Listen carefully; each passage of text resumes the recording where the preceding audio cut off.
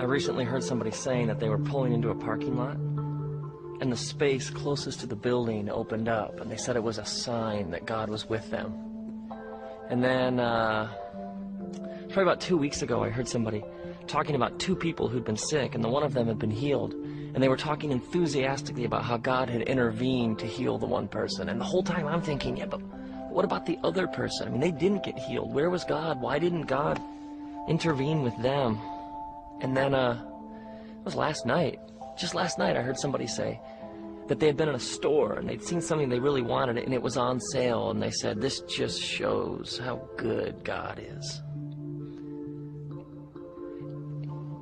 If God can help people find things on sale, then why doesn't God spend time doing things that seem more important, like earthquakes or famines or sickness? When you think about God, when you hear the word God, what images come to mind? Like this old man with a long white beard, and he's behind a curtain and he's working these levers. He's healing some, and then he's finding parking spaces for others.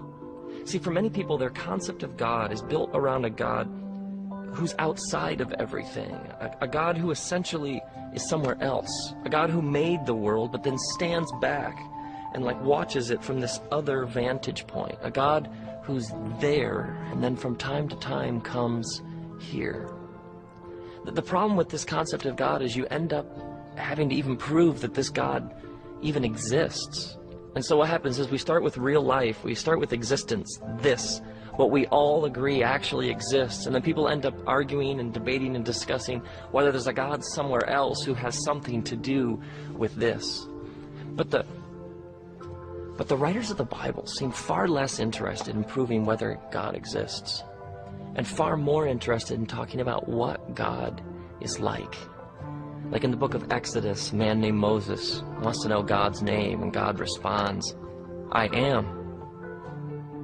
And then later God reminds Moses that when Moses heard God's voice, he saw no shape or form. I mean, God is beyond anything our minds can comprehend.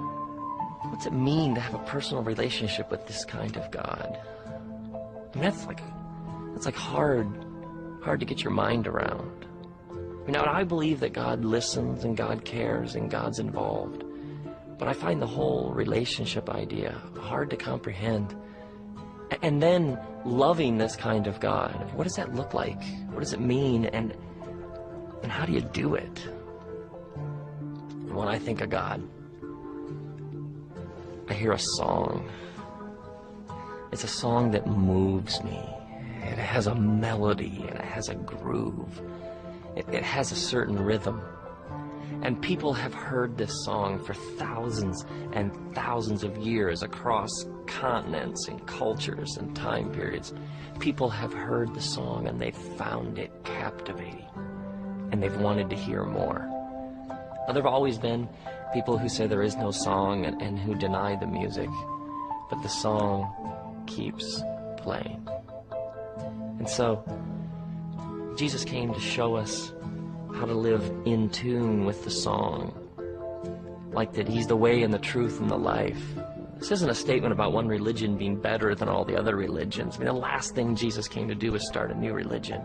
He came to show us reality at its most raw. He came to show us how things are. I mean, Jesus is like God and taking on flesh and blood, and so in his generosity and in his compassion, that's what God's like. In his telling of the truth, that's what God's like. In his love and forgiveness and sacrifice, that's what God's like. That's who God is. That's how the song goes.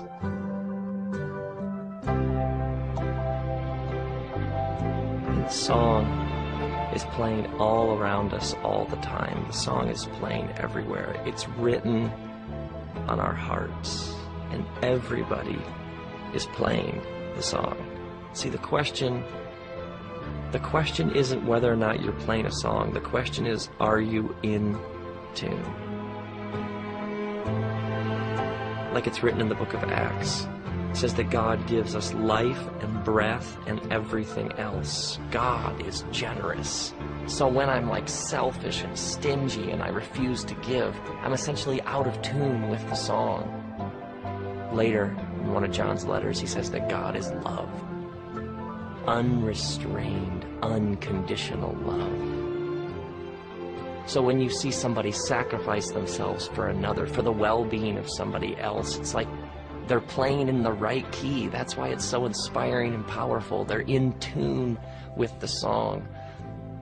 Now, some people know all sorts of stuff about music. They know stuff about pitch and modes and keys and instruments, and so they can hear things that maybe other people don't. They hear subtlety and nuance in the song that other people might miss. They appreciate things others might miss, but it's also possible to be so caught up in the technical aspects of the song that you miss the simple, pure enjoyment of the song.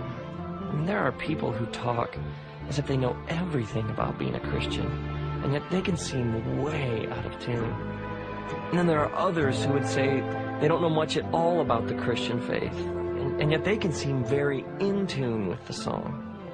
And I've met lots of people who struggle with what it means to have a relationship with God, but they haven't lost faith and love and hope and truth and compassion and justice and generosity. I mean, maybe you have this sense like you have no sort of relationship with God because of all these things, these ideas you have about what that means, all these things that you've been told about what it is or what it isn't.